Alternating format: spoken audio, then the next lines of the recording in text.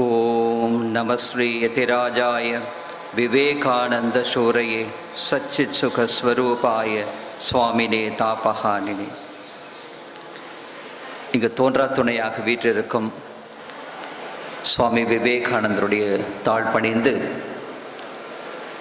இவ்வளோ அருமையான ஒரு ஏற்பாட்டை செய்து கொடுத்துள்ள கல்வி காவலர் எங்கள் அருமை அன்பர் புஷ்பம் கல்லூரியின் செயலர் தாளாளர் கல்வி காவலர் ஐயா கிருஷ்ணசாமி வாண்டையார் அவர்களுக்கும், இந்த கல்லூரியின் முதல்வர், பேராசிரியர் பெருமக்கள் மற்றும் இங்கு இருக்கக்கூடிய அனைத்து பெரியவர்களுக்கும், மிக மிக முக்கியமாக சுவாமி விவேகானந்தர் தனது கண்மணிகளாக கருதிய, போற்றிய, பார்த்த மாணவ மாணவிகள் அனைவருக்கும் வணக்கம். இன்னைக்கு ஒரு பெரிய ஒரு அருமையான தினம். நிறைய பேர் இப்படித்தான் ஆரம்பிப்போம், ஆனால் உண்மையிலேயே ஒரு அருமையான தினம்.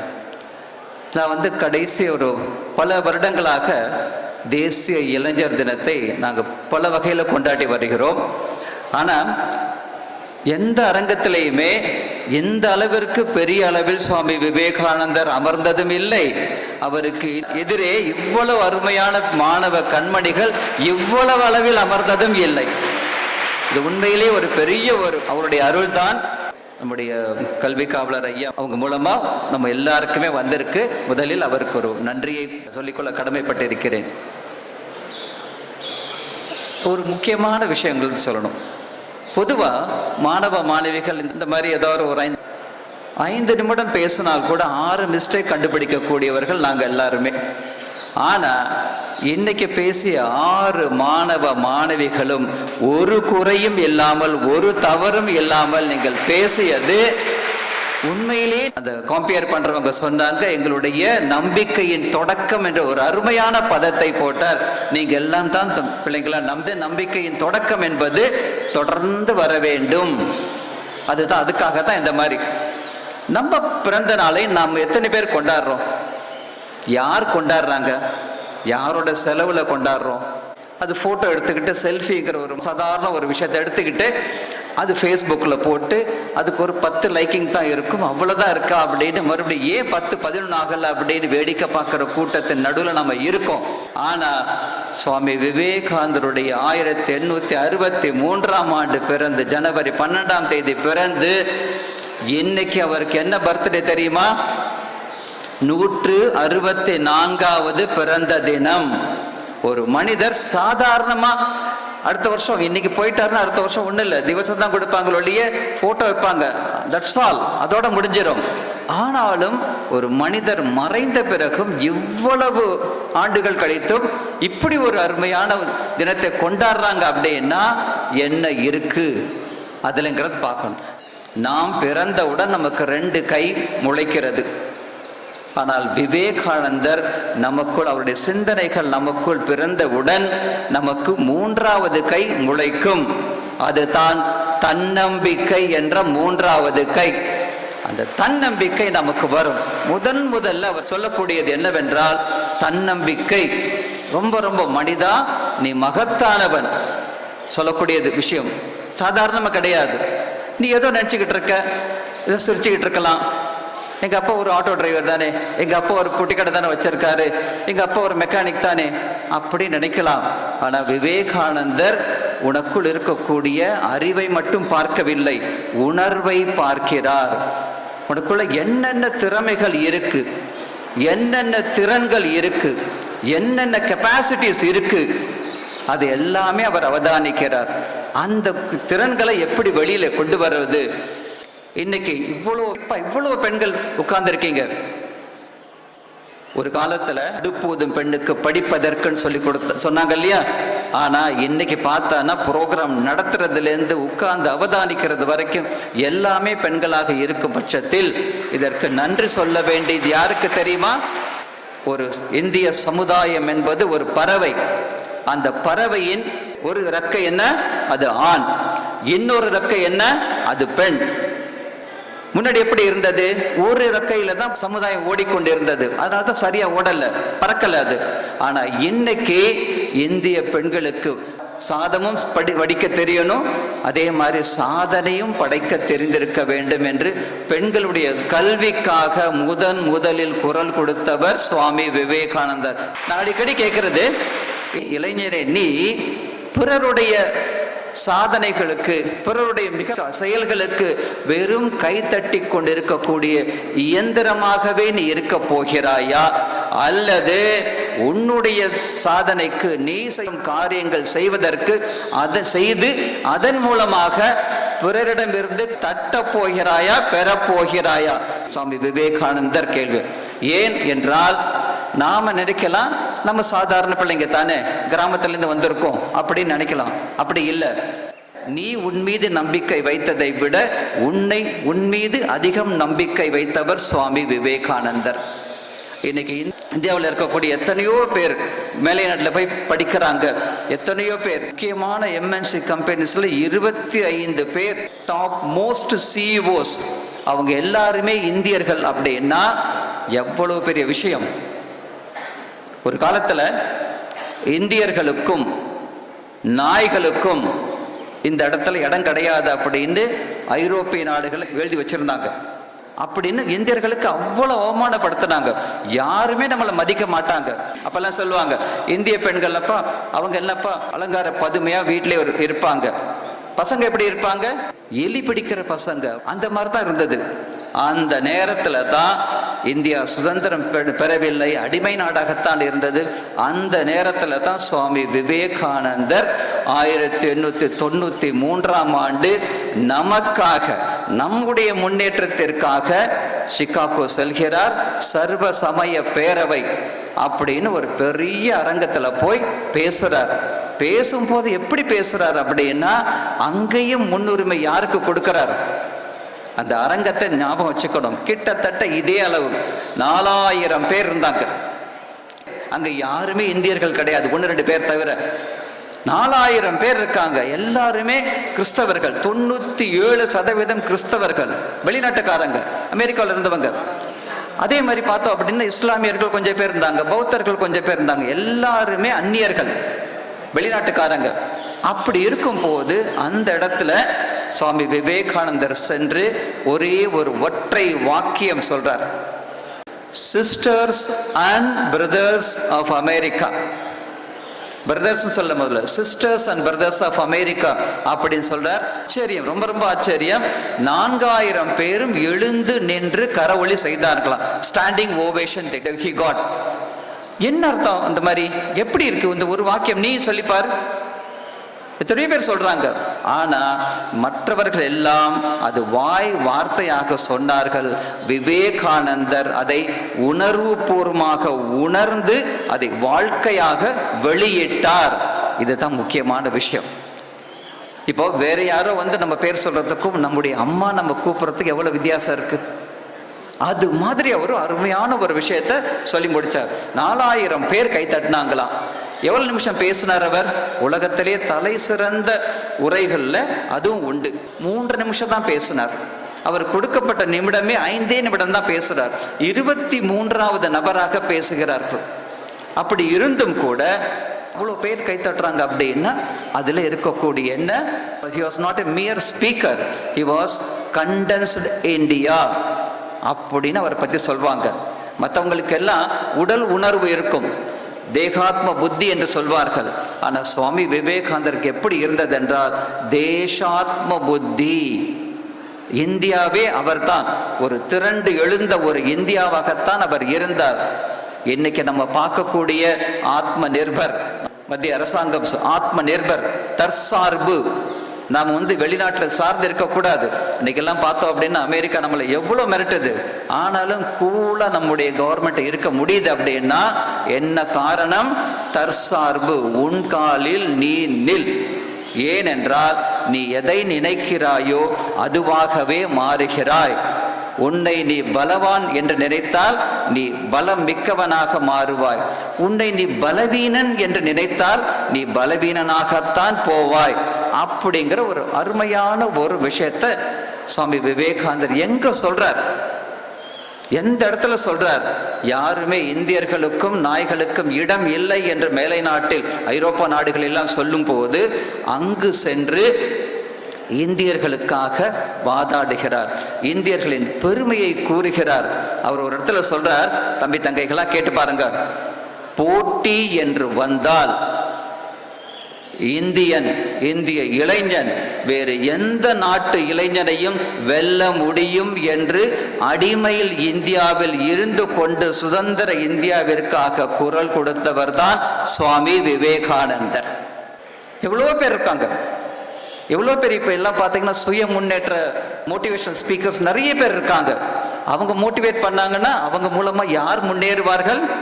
அவர் மட்டும் தான் முன்னேறுவார் இல்லையா? ஆனால் சுவாமி விவேகானந்தர் யாருமே மதிக்காத போது, அதுவும் குறிப்பாக இளைஞன் அப்படின்னா அவன் அடங்க மறுப்பவன், அவனுக்கு ஒன்றுமே இலக்கு கிடையாது, அவன் தண்டம் வேஸ்ட்டு அப்படியெல்லாம் சொல்கிற ஒரு காலகட்டத்தில் நம்மை மதித்த ஒரு உத்தமமான தலைவர் தான் சுவாமி விவேகானந்தர். ஏன் அவரை நம்ம படிக்கணும்? எல்லாருமே விடுதலை போராட்டத்திற்காக தீவிரமாக போராடியவர்களும் உண்டு. ஐயா நம்முடைய கல்வி காவலர் சார்ந்திருக்கக்கூடிய காங்கிரஸ் கட்சி, அதுக்கு பின்னாடி பார்த்தோம் அப்படின்னா மிதவாதிகளாக போராடியவர்கள் மகாத்மா காந்தி, நேருஜி போன்றவர்கள்லாம் இப்படி போராடும் போது ஒரு புறம் நேதாஜி தீவிரமாக போராடியவர்கள். 2 பேருக்குமே அவங்க படித்த புத்தகம் என்ன தெரியுமா? எல்லா இந்திய சுதந்திர போராட்ட வீரர்கள் எல்லார் கையிலையும் ஒரு புத்தகம் கண்டிப்பாக இருந்தது. அது என்ன புத்தகம் தெரியுமா? அது சுவாமி விவேகானந்தர் நமது இந்திய இளைஞர்களுக்காக சொல்லி சென்ற அற்புதமான கருத்துக்கள், மனிதனை மனிதனாக்கும் கருத்துக்கள், நாட்டை கட்டமைக்கக்கூடிய கருத்துக்கள், man making education, character building education, 3 விதமான இந்தியாவை சொல்வார். அது என்ன பின்னாடி சொல்றேன். சுவாமி விவேகானந்தர் நம்முடைய தஞ்சாவூருக்கு வந்திருக்கிறார். 1897ஆம் ஆண்டு பிப்ரவரி மாதம் 2ஆம் தேதி வர்றதா இருந்தது. அதாவது கிட்டத்தட்ட ஒரு 6 மணிக்கு நம்முடைய ரயில்வே ஸ்டேஷன்ல நிறைய பேர் கூடியிருந்தாங்க. நிச்சயமாக இங்க மேடையில் இருக்கக்கூடிய பலரும் முற்பிறவியில போன பிறவியில நிச்சயமாக அந்த கூட்டத்தில் இருந்திருக்கணும். அப்படியெல்லாம் வந்திருந்தாங்க. ஆனா ரயில் வந்தது ஒரு 6 மணி நேரம் தாமதமாக வந்ததால் இரவு யாரும் அங்க இருக்க முடியல. எப்போ வரும் தெரியாது. இப்பெல்லாம் மொபைல் இருக்கு, எங்க வந்திருக்குன்னு சொல்ல முடியும். அப்ப எதுவுமே கிடையாது இல்லையா? அப்ப என்னாச்சு, விடிய காலையில வந்துட்டு அந்த ரயில் அப்படியே போய்விட்டது. சுவாமி விவேகானந்தர் இங்கிருந்து நேராக கும்பகோணம் செல்கிறார். அந்த கும்பகோணத்தில் சென்று 3 தினங்கள் தங்கி இருக்கார். அங்கதான் மிக மிக உன்னதமான ஒரு விஷயம் சுவாமி விவேகானந்தர் சொல்லக்கூடியது. எல்லாருமே கோட் செய்வாங்க. அது என்ன தெரியுமா? அந்த இடத்துல தான் முதலில் அவர் சொன்னது, எழுந்திரு, விழித்திரு, லட்சியத்தை அடையும் வரை ஓயாது உழைத்திடு. Arise, awake and stop not till the goal is reached. அப்படிங்கிறது பார்த்தோம் அப்படின்னா உலகத்தில் மிகச்சிறந்தவர்கள் எல்லாருமே தங்களுடைய டைரியில முதலில் எழுதக்கூடிய ஒரு வாசகமாக அது இருக்கு. அரைஸ் அப்படின்னா அந்த அளவிற்கு அற்புதமான விஷயங்களை சொல்றார். அரைஸ் அப்படின்னா எதிலிருந்து அரைஸ்? சோம்பேறித்தனத்தில் இருந்து, சுயநலத்தில் இருந்து, ஊர் எக்கேடு கேட்டு போனா எனக்கு என்ன தூங்க மூஞ்சியிலிருந்து எத்தனையோ பேர் இருப்பாங்க. சுயநலத்தில் இருந்து அப்படியே இருக்குது. எனக்கு என்ன அப்படின்னு, எனக்கு என்ன கிடைக்கும் அப்படின்னு கேட்டு கேட்டு அதுலேயே இருக்கக்கூடிய அந்த சுயநல வாழ்க்கையிலிருந்து வெளியே வா. உலகம் எப்படியெல்லாம் முன்னுக்கு வருகுதுன்னு பாரு. சுவாமி விவேகானந்தர் ஒரு இடத்துல சொல்றார், அவர் இவரை பார், இவர் முன்னேறி இருக்கிறார், அவரை பார், அவர் முன்னேறி இருக்கிறார் மட்டும் இல்ல, நாடுகள் எவ்வாறு முன்னேறுகின்றன என்று பார். 2ஆம் உலக போர்ல ஜப்பான் அப்படி அடி வாங்கிடுச்சு. உலக நாடுகள் எல்லாமே சொன்னது இனிமே ஜப்பான் பிழைக்காது அப்படின்னு. ஆனா சரியான கட்டுக்கோப்பாக இருந்து, தேச பக்தியுடன் இருந்து, நாட்டின் நலனுக்காகவே இருந்த அந்த ஜப்பானியர்கள் இன்னைக்கு பார்த்தோம் அப்படின்னா உலக பொருளாதாரத்தில் 5வது நிலையில் இருக்கிறார்கள். கொஞ்ச நாள் முன்னாடி 4வதுல இருந்தாங்க. இப்ப எப்படி 5வது போனாங்க அப்படின்னா, நாம இந்தியர்கள் 5ஆம் நிலையில் இருந்து இப்ப எங்க போயிருக்கோம்? 4வது நிலைக்கு போயிருக்கோம். ஜப்பானை கொஞ்சம் பின்னாடி தள்ளிட்டு போயிருக்கோம். அப்படின்னா கட்டுக்கோப்பு, நல்ல விஷயங்களை பார்க்கணும். யாரெல்லாம் விழிப்புடன் இருக்கிறார்களோ எழுந்திரு, விழித்திரு. இந்த மாதிரி பெரிய காரியங்கள் செய்யும் போது நமக்கு என்ன வரும்? தடை வரும், தடங்கள் வரும், தொய்வு வரும், தோல்வி வரும்.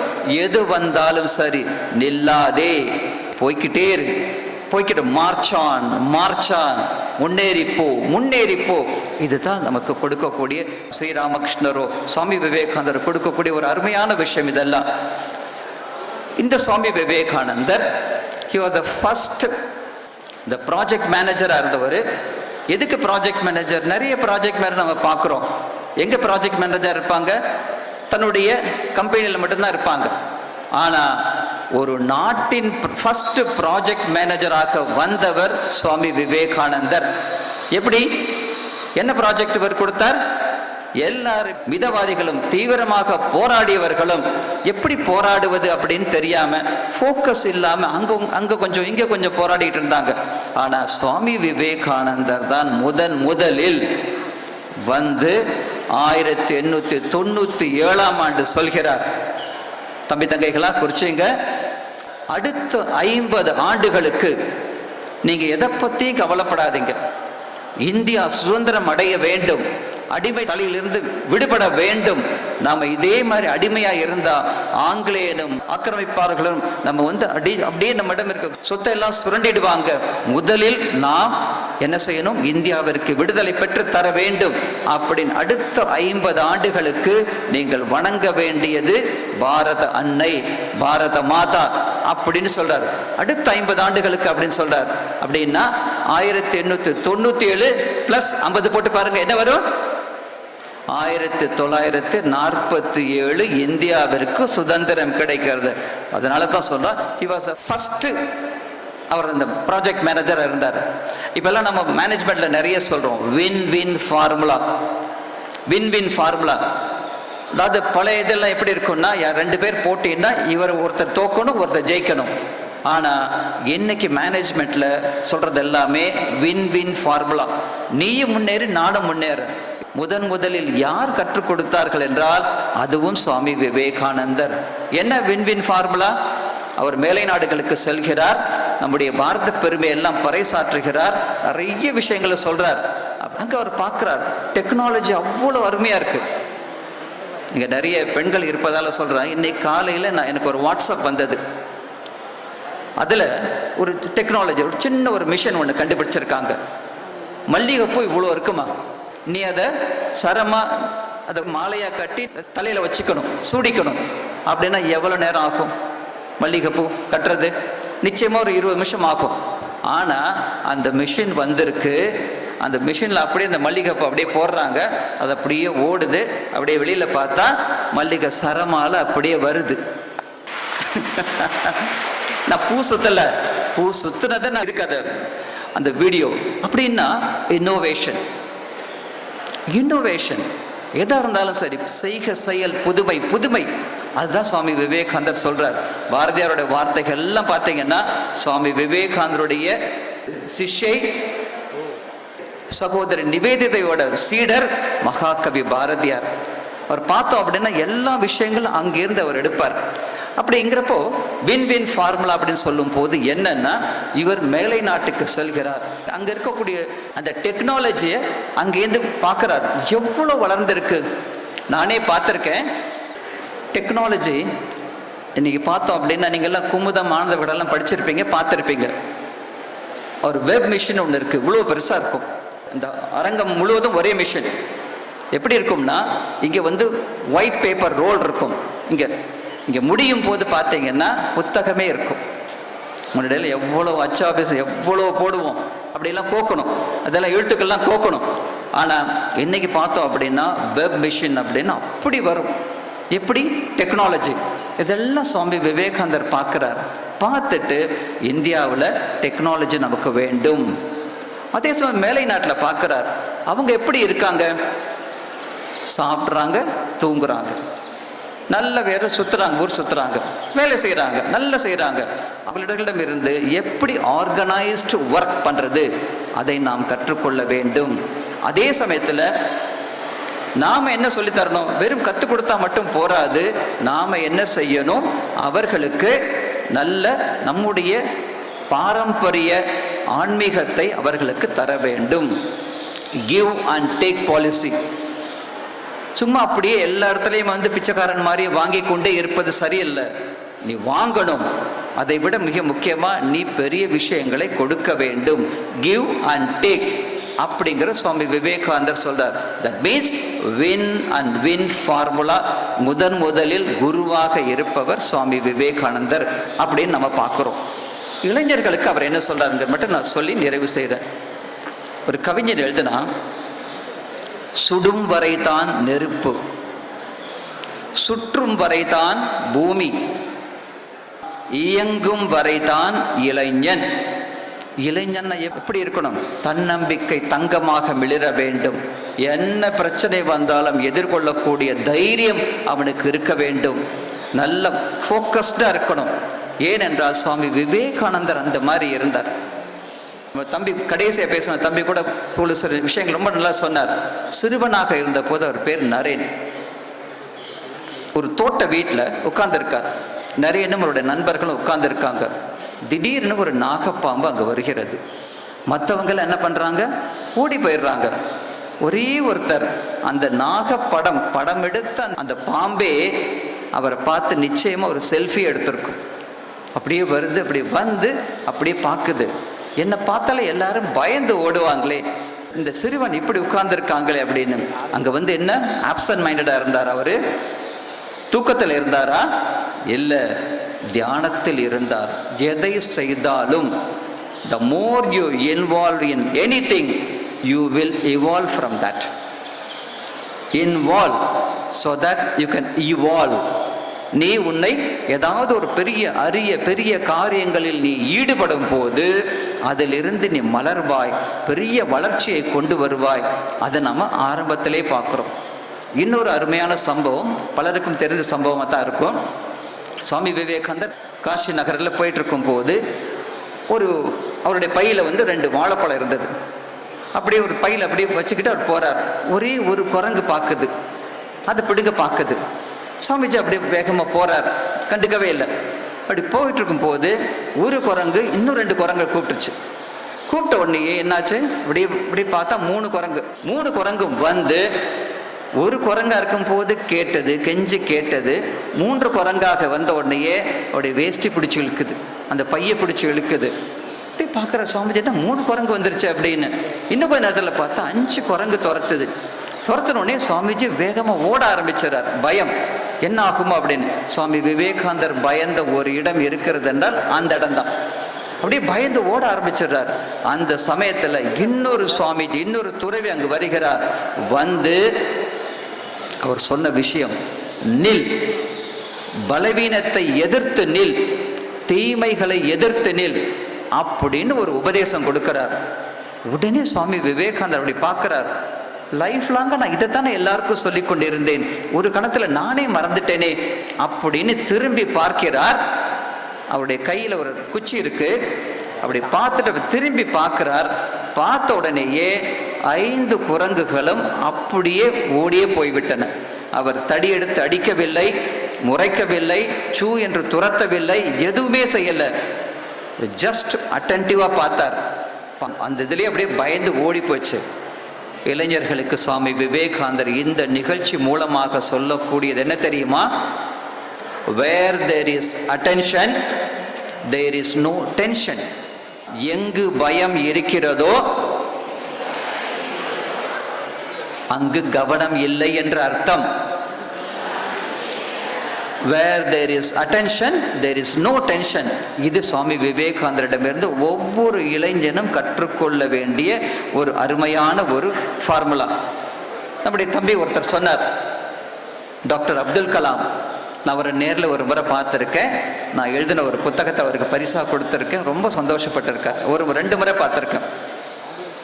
டாக்டர் அப்துல் கலாம் அவருடைய ஒரு முக்கியமான வாசகம் என்ன? அவர் அடிக்கடி சொல்லக்கூடியது கனவு காணுங்கள், இல்லையா? அருமை. பிள்ளைக்காக ஒரு 3 முறை கை தட்டுங்க பார்க்கலாம். 1 2 3. சொல்ல தெரியணும்ப்பா நமக்கு. எல்லாருமே புத்திசாலிகள். ஆனா பயம், கூச்சம், ஏன் சோம்பல், இதனால என்ன ஆகும்? புத்திசாலி புத்தி காலி. சொல்ல மாட்டாங்க. நாளைக்கு நீ இன்டர்வியூ போகணும் அப்படின்னா அதுக்கும் சுவாமி விவேகானந்தர் நமக்கு கொடுக்கிறார், கைட்லைன்ஸ் கொடுக்கிறார். எப்படின்னா, இன்டர்வியூ அட்டன் பண்ண போறீங்க, ஐயா மாதிரி உங்க மாதிரிலாம் வரிசையாக உட்காந்துருக்காங்க, இன்டர்வியூ உட்காந்துருக்காங்க அப்படின்னா ஃபர்ஸ்ட் நீ போன உடனேயே உன்னுடைய சர்டிஃபிகேட்லாம் தூக்கிட்டு, அங்கெல்லாம் ஒன்று செகண்டரி, அதெல்லாம் போன உடனேயே how you knock the door, பூட்டி இருக்கிற கதவுல நீ எப்படி கதவை தட்டுற, எப்படி உள்ளார போற, அங்கிருந்து நேரம் ஐயாவை பார்க்கறதுக்கு எப்படி நடந்து வருகிறாய், உன்னுடைய நடையில் உன் நடத்தை தெரிய வேண்டும், உன்னுடைய நடையில் உனது தன்னம்பிக்கை தெரிய வேண்டும். அப்படியே வந்த உடனே சேர்ல நுனியில உட்கார்ந்துட்டு, சார் எனக்கு ஒரு வேலை கொடுத்துறீங்களா சார் அப்படின்னு கெஞ்சல் கூடாது. கண்களை நேராக பார்க்க வேண்டும், கண்ணுக்கு கண் பார்க்கணும். இளம் பெண்களுக்கெல்லாம் ஒரு டிப்ஸ் சொல்றேன். இந்த அதாவது ஈவ் டீசிங் சொல்றாங்க இல்லையா, அதுல யார் தெரியுமா அடி வாங்குறாங்க? யார் பயந்தாங்குள்ளியோ அந்த பிள்ளை தான் அடி வாங்குது. யாராவது உங்களை இந்த மாதிரி கொஞ்சம் டீஸ் பண்றாங்கன்னா நேருக்கு நேராக கண்களை பார்த்து பேசு, உன்னுடைய தன்னம்பிக்கையை காட்டு, அந்த தருதலை ஓடி போயிடுவான். இது ஞாபகத்தில் வச்சுக்கணும். கண்களை பார்த்து பேசுங்க. நம்முடைய கண்ணுக்கு அவ்வளோ சக்தி உண்டு. அந்த கண்ணை பாருங்களேன், சுவாமி விவேகானந்தருடைய கண்கள் ரெண்டு நீங்க பார்க்கலாம், கனிவு, கண்டிப்பு. அப்துல் கலாம் ஐயா கனவு காணுங்கள் அப்படின்னு சொல்றாரு இல்லையா, அது எங்கிருந்து வந்ததுன்னு பார்க்கணும். அப்துல் கலாம் ஐயா சுவாமி விவேகானந்தர் அவ்வளோ படித்தவர். இன்னைக்கு இந்தியன் இன்ஸ்டிடியூட் ஆஃப் சயின்ஸ் பெங்களூர்ல இருக்குன்னா அதுக்கு காரணம் ஜெயரடி டாட்டாவை சுவாமி விவேகானந்தர் சந்திக்கிறார். சந்திச்சு அவர் சொல்றார், நமக்கு நம்ம எல்லாத்துக்கும் மேலை நாட்டுக்கு போக வேண்டியிருக்கு அப்படின்னு சொல்லும் போது, ஏன் நீங்க மேலை நாட்டுக்கு போறீங்க, இங்கேயே நமக்கு வேண்டிய கச்சா பொருள் கிடைக்கிறது அப்படின்னு சுவாமி விவேகானந்தர் சொல்லி, அதன் பிறகு நாம R&D, ரிசர்ச் அண்ட் டெவலப்மெண்ட், அதை நாம அபிவிருத்தி செய்ய வேண்டும். இந்தியர்கள் இந்தியாவிலேயே தயாரிக்கக்கூடிய பொருளை வாங்க வேண்டும், அதற்கு நீங்க ஏற்பாடு செய்யுங்க அப்படின்னு JRD டாட்டாவுக்கு சொல்லி கொடுத்ததால தான் இன்னைக்கு இந்தியா வந்து இன்ஸ்டிடியூட் ஆஃப் சயின்ஸ் அப்படின்னு அமெரிக்கா இதில் இருக்கக்கூடிய பெங்களூரில் இருக்கக்கூடியது ஆரம்பித்தது சுவாமி விவேகானந்தர். ஒரு விஞ்ஞானியை உருவாக்கியது கூட விவேகானந்தர். அப்படின்னா அந்த விஷயத்தை டாக்டர் அப்துல் கலாம் ஐயா திரும்ப திரும்ப ரொம்ப அருமையா பேசுவார். கனவு காணுங்கள்ங்கிற வார்த்தை இந்த மூணாவது பொண்ணு சொன்னார் நினைக்கிறேன். டேக் அப் ஒன் ஐடியா, ஒரு கருத்தை எடுத்துக்கொள்ளுங்கள், அந்த கருத்தை பற்றியே பேசுங்கள், அந்த கருத்தை பற்றியே சிந்தியுங்கள், அந்த கருத்தை பற்றியே உரையாடுங்கள், அந்த கருத்தை பற்றியே கனவு காணுங்கள். சுவாமி விவேகானந்தர் சொன்ன வாக்கியம். Take up one idea, think of it, dream of it அப்படிம்பார். அந்த கனவு காணுங்கள்ங்கிற அந்த ஒரு பதம், அந்த ஒரு வாக்கியம், ரெண்டு பதங்கள் சேர்ந்த அந்த ஒற்றை வாக்கியம், அதை எடுத்துக்கொண்டு டாக்டர் அப்துல் கலாம் ஐயா அந்த வார்த்தையில் இருக்கக்கூடிய அதில் இருக்கக்கூடிய எனர்ஜியை வெளியில கொண்டு வர்றார். இளைஞர்களிடம் அவ்வளவு கொடுத்தார். இதை நம்ம பார்க்கிறோம். அதனால இன்றைக்கு இளைஞர்களுக்கு சுவாமி விவேகானந்தர் என்ன சொல்றார்? இப்பெல்லாம் அமெரிக்காலாம் பார்த்தோம் அப்படின்னா கூகுள், ஐஃபோன் எல்லாமே நம்ம பார்க்குறோம். அவங்கெல்லாம் எது தெரியுமா சொல்றாங்க?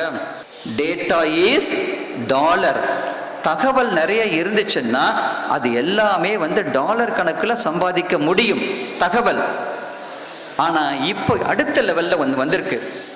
அது என்ன தெரியுமா? நம்முடைய கவனம். இந்தியாவில் ஏன் இவ்வளோ செல்போன் விற்க முடியுது? இந்தியாவில் இவ்வளோ செல்போன் விற்கிறாங்க. சைனா கம்பெனி, மற்ற தைவான் கம்பெனி எல்லாமே ஏன் இங்கே கொண்டு வந்து இவ்வளோ விற்கிறாங்க? ஏன் இவ்வளோ மார்க்கெட் இந்தியாவில் இருக்கு அப்படின்னா, இந்தியர்களுடைய கவனம் களவாடப்படுகிறது. இந்திய இளைஞர்களுடைய கவனம் களவாடப்படுகிறது. நம்முடைய கவனத்தை தான் மொபைலில் பார்த்துக்கிட்டே இருக்கோம் இல்லையா? இப்படி எவ்வளோ பார்க்குறோம், எவ்வளோ கவனம் கொடுக்குறோம் நாம. அந்த கவனத்தை அவன் கரன்சி ஆக்கி கொண்டிருக்கிறான். ஸோ டேட்டா இஸ் டாலர் என்கிற மாதிரி கவனம் இஸ் ஈக்குவல் டு கரன்சி என்பதை ஞாபகத்தில் வச்சுக்கணும்.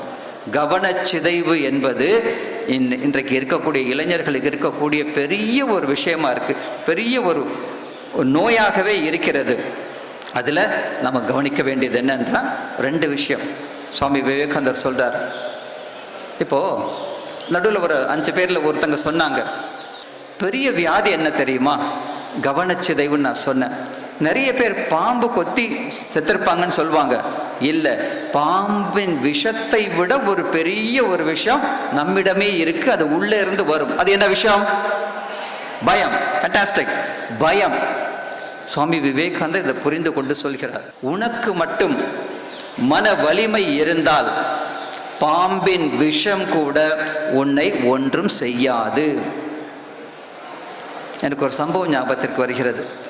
தீபான்னு ஒரு பொண்ணுமா, உங்க சைஸ் இருக்கிற பொண்ணு. அந்த பொண்ணு என்ன பண்ணுவா, எப்படியோ தெரிந்தோ தெரியாமலோ விவேகானந்தர் பக்கம் அந்த ஈர்க்கப்பட்டு விட்டாள். என்ன பண்ணுவா, அவள் நிறைய போட்டியிலெல்லாம் போய் பேச்சு போட்டியெல்லாம் கலந்துக்குவா. எந்த போட்டி இது பண்ணாலும் சரி, போட்டியில் ஜெயிக்கும் போது அவள் தான் ஃபர்ஸ்ட்ல வருவா. என்னன்னா கடைசியா எல்லாத்தையும் பேசிட்டு இந்த முத்தாய்ப்பாக, உனக்கு மட்டும் மன வலிமை இருந்தால் பாம்பின் விஷம் கூட உன்னை ஒன்றும் செய்யாது. இதே திருப்பி திருப்பி சொல்லுவா. எல்லாத்துலேயும் இப்போ ஃபர்ஸ்ட் ப்ரைஸ் வாங்கிட்டு வந்துடுவா. என்ன ஆச்சு, அவள் சென்னையில் படித்து கொண்டிருந்தால் அவங்க அப்பா தொழில் நிமித்தமாக காஞ்சிபுரம் மாற்றிட்டாங்க, கிராம சைடில் போயிட்டான்.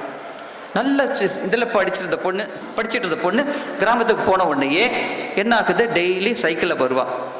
சாயந்தரம் ஆகும். சாயந்தரத்தில் ஒரு நாள் இருட்டி போச்சு.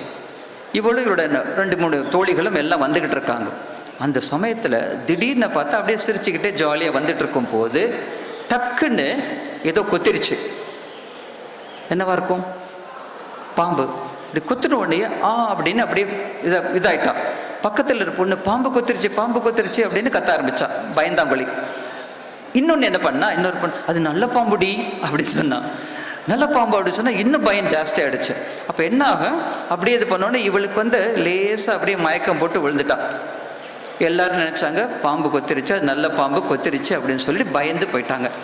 உடனே நேராக வீட்டுக்கு கொண்டு போனாங்க, ஆஸ்பத்திரியில் அட்மிட் ஆனாங்க. உண்மையிலேயே நல்ல பாம்பு தான் கொத்திருக்கு, கோப்ரா. நல்ல பாம்பு கொத்திருக்கு, கருப்பாயிடுச்சு அந்த இடத்துல. முதலுதவி செஞ்சு எல்லாம் அட்மிட் பண்ணிட்டாங்க. டாக்டர் சொல்லிட்டாரு, இரவு பிழைத்தால் உண்டு அப்படின்னு. எப்படி இருக்கும்? ஆனால் அந்த பொண்ணு காலையில் பார்த்தா நல்லபடியாக வந்துட்டா, கண்ணை திறந்துட்டா. Doctor, how are you doctor அப்படின்னு கூட கேட்டுட்டேன். அப்பா அம்மா அடையாளம் கண்டுபிடிச்சிட்டா, எல்லாமே பண்ணா. எப்படின்னு கேட்டால் அந்த பொண்ணுக்கிட்ட நான் பேசினேன், தீபான்னு பொண்ணு. அவட்ட நான் கேட்டேன், எப்படிம்மா உன்னால் முடிஞ்சது அப்படின்னு. சாமிஜி, சின்ன வயசுலேருந்து எனக்கு அந்த கொட்டேஷன் ரொம்ப பிடிக்கும். பாம்பு கொத்துனோடனே எனக்கு காதில் விழுந்துருச்சு, அப்புறம் நான் மயக்கம் போட்டு விழுந்துட்டேன். ஆனால் என்னுடைய அடி மனசில் ஒரே ஒரு சிந்தனை தான் சென்று கொண்டு இருந்தது. எந்த பாம்பு கொத்தினாலும் விவேகானந்தர் எனக்கு சொல்லி இருக்கார், உனக்கு மட்டும் மன வலிமை இருந்தால் பாம்பின் விஷம் கூட உன்னை ஒன்றும் செய்யாது அப்படின்னு சொல்லியிருக்கார். அந்த ஒரு சிந்தனையை நான் உள்வாங்கினேன். எந்த விஷமும் என்னை ஒன்றும் செய்ய முடியவில்லை. அப்ப என்னன்னா, நாம விவேகானந்தரையோ நீங்க உங்களுக்கு யார் பிடிச்சாங்களோ, யார் இது பண்ணும்போது அதை உள்வாங்க வேண்டும். உள்வாங்கி அதை நம்முடைய அனுபவ அறிவாக மாற்றிக்கொள்ள வேண்டும். விவேகானந்தர் இன்னொன்று சொல்வார், கல்லூரி மாணவிகள்கிட்ட கேட்பார், நீ வெறுமனே ரீடராக போகிறாயா அல்லது லீடராக போகிறாயா? Reader R leader? இந்த கேள்வி ரொம்ப முக்கியமானது. கல்லூரியில் எவ்வளோ பேர் படிக்கிறாங்க. இன்னைக்கு இந்திய மாணவர்கிட்ட ஒரு பெரிய குறை என்னன்னா, இன்ஜினியரிங் படிச்சிருப்பாங்க, ஒரு பல்ப் ஃபீஸ் ஆச்சுன்னா அதை எப்படி மாத்திரன்னு தெரியாது. வக்கீல் இருக்காங்க, பேச தெரியாது. ஆசிரியர்கள் இருக்காங்க, பாடம் நடத்த தெரியாது. அந்த மாதிரி எல்லாம் வெறும் டிகிரி மட்டும் போதாது. நமக்கு தனித்திறன் என்ன? உன்னுடைய தனித்திறன் என்ன? எதுல நீ எக்ஸ்பர்ட் கண்டுபிடி. ஒவ்வொருத்தரும் கடவுள் அனுப்பும் போது சும்மா டம்மி பீஸா யாரையும் அனுப்புறதில்லை. வெறும் டப்பா மாதிரி அனுப்புறதில்ல. ஒவ்வொரு பொண்ணுக்கும் ஒவ்வொரு பையனுக்கும் ஏதோ ஒரு தனித்திறன். அது எழுத்தாற்றலாக இருக்கலாம், கவிதை இருக்கலாம், ஓவியமாக இருக்கலாம், கம்ப்யூட்டர் எக்ஸ்பர்ட்டாக இருக்கலாம். ஏதோ ஒரு தனித்திறன் இருக்கும். அதை கண்டுபிடி. அதை கண்டுபிடிச்சா தான் லைஃப்ல அகாடமிக்ஸ் யார் வேணாலும் படிக்கலாம். எங்களுடைய விவேகானந்த கல்லூரியில் ஒரு மாணவன், சாதாரண மாணவனாக இருந்தான். அவங்க அம்மா சொல்றாங்க, டேய் நான் சாகிறதுக்கு முன்னாடி ஒரே ஒரு டிகிரியாவது வாங்கிடா அப்படின்னு சொல்றாங்க. இந்த டிகிரி வாங்கும் போது அவங்க அம்மா உயிரோட இல்லையோ என்னமோ தெரியல, என்னாச்சு, தட் ட்ரிகர்ட் ஹிம். இன்னைக்கு டாக்டர் பார்த்திபன் அப்படின்னு அவரு, நம்ப மாட்டீங்கன்னு சொன்னா, ஒரே ஒரு டிகிரி வாங்குவாரா அப்படின்னு அவங்க அம்மா தவித்த காலம். ஆனா அந்த தம்பி முனைப்புடன் படித்தார். Take up one idea, think of it, dream of it, அந்த மாதிரி எடுத்தார். இன்றைக்கு அவர் டாக்டர் பார்த்திபன் 162 டிகிரிஸ் வாங்கி வச்சிருக்கார். இன்னும் உயிரோட தான் இருக்கார். எப்படி? ஒரு ஐடியா எடுத்துக்கணும். டிகிரிஸ் மட்டும், அகாடமிக்ஸ் மட்டும் போராது நமக்கு. இன்னொன்று என்ன? ஸ்கில். என்கிட்ட என்ன திறமை இருக்கு? எனக்கு நல்ல இங்கிலீஷ் பேச வருமா, நல்ல தமிழ் பேச வருமா? இந்த 5 பிள்ளைங்களும் பார்த்தீங்கன்னா ரொம்ப நல்லா உங்களுக்கு தமிழ் நல்லா இருக்குமா, நல்லபடி டெவலப் பண்ணுங்க. ஒரு 10 வருடத்திற்கு பிறகு சத்தியமாக சொல்கிறேன், நீங்க இங்க சீஃப் கெஸ்டா வந்து அமர வேண்டும், ஐயாவோட முன்னிலையில், அவருடைய ஆசீர்வாதத்தால. அதுதான் நமக்கு சாதனை. நமக்கு கல்லூரி நமக்கு கொடுத்த கல்விக்கு நாம கொடுக்கக்கூடிய பிரதி உபகாரம். இது சுவாமி விவேகானந்தர் நமக்கு சொல்றார். வெறும் ரிசீவராகவே இருக்காது, கிவரா மாறு. ஓகே, ரிசீவரா இருக்காது. ஏன்னா இது வந்து நம்ம பெரிய விஷயம் இல்லை, நம்ம பரம்பரை பெரியவங்க சொன்னதுதான், ஏற்பது இகழ்ச்சி. ஆனா இன்னைக்கு நம்ம எல்லாமே என்ன, பொங்கல் வருது, ஏற்பது இகழ்ச்சி அப்படின்னா நம்மை பிச்சைக்காரர்களாகவே மாற்றிக்கொண்டிருக்கிறார்கள். அப்படி இருக்கக்கூடாது. நீ உன் காலில் நிற்க வேண்டும். அதனால சொல்றார் கடைசியா விவேகானந்தர் எதிர்பார்த்தது என்ன தெரியுமா? 3 வகையான இந்தியாவை அவர் எதிர்பார்க்கிறார். என்னென்ன இந்தியா? 1 மாரல் இந்தியா, ஒழுக்கம் நிறைந்த இந்தியா, சேவை பண்பு நிறைந்த இந்தியா, பிறருக்காக எதையும் செய்யக்கூடிய தியாகம் நிறைந்த India, moral India. Second one modern India. Third mighty India, ஒழுக்கம் நிறைந்த இந்தியா, நவீன இந்தியா, வலிமை வாய்ந்த இந்தியா. இந்த 3ஐயுமே சுவாமி விவேகானந்தர் நமக்கு வலியுறுத்துகிறார். நம்ம இந்தியர்கள் அப்படின்னு சொல்லும் போது, இன்னைக்கு ஒரு காலத்துல நாயோட நம்ம கேவலமா நடத்தின காலகட்டம். இன்றைக்கு உலகெங்கும் நாம் போகும்போது நமக்கு கொடுக்கக்கூடிய என்னன்னா பெரிய ஒரு விஷயம், modern India, moral India, mighty India. அதை உருவாக்குவதற்கான பெரிய களம் நீங்க தான். இளைஞர் தினம் கொண்டாடுகிறோம் அப்படின்னா சும்மா அப்படியே கிளாஸ்ல உட்கார்றது போல இங்க உட்கார்ந்துருக்கோம், அப்படி அல்ல. வந்தோம் அப்படின்னா விவேகானந்தர் ஒரு பெரிய ஒரு எலக்ட்ரிசிட்டி. நாம நம்முடைய மொபைல் ஃபோன் சார்ஜரை நம்ம கொஞ்சம் சொருவிட்டா போறோம், அவ்வளோ எனர்ஜி நமக்கு வரும். உங்களுக்கு ஒரு தகவலுக்காக சொல்றேன், நாம சார்ந்திருக்கக்கூடிய ராமகிருஷ்ண மிஷன் சென்ற ஆண்டு மட்டும் கல்வி மற்றும் மருத்துவ பணிக்காக மட்டுமே சுவாமி விவேகானந்தர் ஆரம்பித்த ராமகிருஷ்ண மட்டன் மிஷன் கல்வி மற்றும் மருத்துவத்திற்காக 1600 கோடி ரூபாய் செலவு செய்திருக்கிறது. மக்களுடைய நலனுக்காக. ஒரு தனி மனிதர் யோசிக்கிறார், டேக் அப் ஒன் ஐடியா, எப்படி எந்த அளவுக்கு வருது பார். அதே மாதிரி கருத்து, அதே மாதிரியான சிந்தனை, அதே மாதிரியான சக்தி இங்க இருக்கக்கூடிய ஒவ்வொரு தம்பி தங்கைகளுக்கும் உண்டு என்பது சுவாமி விவேகானந்தர் நமக்கு கொடுக்கக்கூடிய ஆசீர்வாதம். அதனால ஏதாவது ஒரு லட்சியத்தை எடுத்துக்கணும். அந்த லட்சியத்தை அடையிறதுக்காக எவ்வளவு நம்ம பாடுபட முடியுமோ பாடுபட வேண்டும். அப்படி பாடுபட்டோம் என்றால் உலகம் நமக்கு நம்முடைய வசமாகும். கொஞ்சம் அப்படியே நிமிர்ந்து உட்காருங்க. எல்லாருமே அப்படியே நெஞ்சுக்கு மேல கை வச்சுங்க பிள்ளைங்களா, கூச்சப்படாதீங்க. நான் சொல்றேன், தயவு செஞ்சு திருப்பி சொல்லுங்க. ஒரு உறுதிமொழி, ஒன்றில் கவனம் வை, நீ செய்யும் ஒவ்வொன்றிலும் கவனம் வை, ஒன்றில் கவனம் வை. நீ செய்யும் ஒவ்வொன்றிலும் கவனம் வை, உலகம் நிச்சயம் கவனிக்கும். இது ரொம்ப முக்கியமானது. ஒன்றில் கவனம் வை, நீ செய்யும் ஒவ்வொன்றிலும் கவனம் வை. நான் இந்த இலக்கை அடைய போகிறேன், அதற்காக நான் என்னென்ன செய்யணுமோ எல்லாம் செய்வேன். ஒவ்வொன்றிலும் கவனம் வை, உலகம் உன்னை கவனிக்கும். நீ மனிதனாக பிறந்து விட்டாய். நீ வாழ்ந்து மறைந்ததற்கான நல்ல ஓர் அடையாளத்தை இந்த உலகில் விட்டுச் செல். இது சுவாமி விவேகானந்தருடைய ஆசீர்வாதமாக, சக்தி மிக்க ஒரு ஆசீர்வாதமாக உங்களுக்கு அவர் வழங்குகிறார்.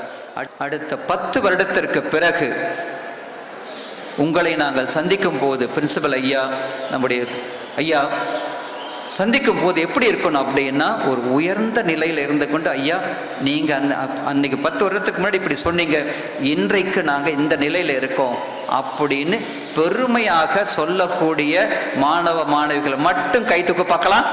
என்னால் முடியும் அப்படிங்கிற மட்டும் கை தூக்க பார்க்கலாம். Very good. எல்லோருக்கும் சுவாமி விவேகானந்தருடைய ஆசீர்வாதம் இருக்க வேண்டும் என்று பிரார்த்தனை செய்து கொண்டு, இவ்வளவு நல்ல வாய்ப்பு கொடுத்த ஐயாவுக்கும் இந்த கல்லூரி நிர்வாகத்திற்கும் மாணவ மாணவிகள் அனைவருக்கும் என்னுடைய பிரார்த்தனையும் வாழ்த்துக்களையும் கூறி விடைபெறுகின்றேன். நன்றி, வணக்கம். If Gandhiji is the father of our nation, Swami Vivekananda is the grandfather of our nation. Gandhiji தேசப்பிதா என்றால் அவரின் பிதா சுவாமி விவேகானந்தர் என்று பால கங்காதர திலகர் மராத்தா இதழில் குறிப்பிடுகிறார். 39 ஆண்டுகளே வாழ்ந்து சாஸ்வதமான புகழை எய்திய அந்த தேசபக்த ஞானியின் சீர்மிகு சிந்தனைகளை எம்மோடு பகிர்ந்தமைக்கு நெஞ்சார்ந்த நன்றிகள் சுவாமிஜி. படத்தினை நம்முடைய கல்லூரிக்கு வழங்குவார்கள். உயர் அதிகாரிகள் அனைவரும் சேர்ந்து வழங்குமாறு கேட்டுக்கொள்கிறோம்.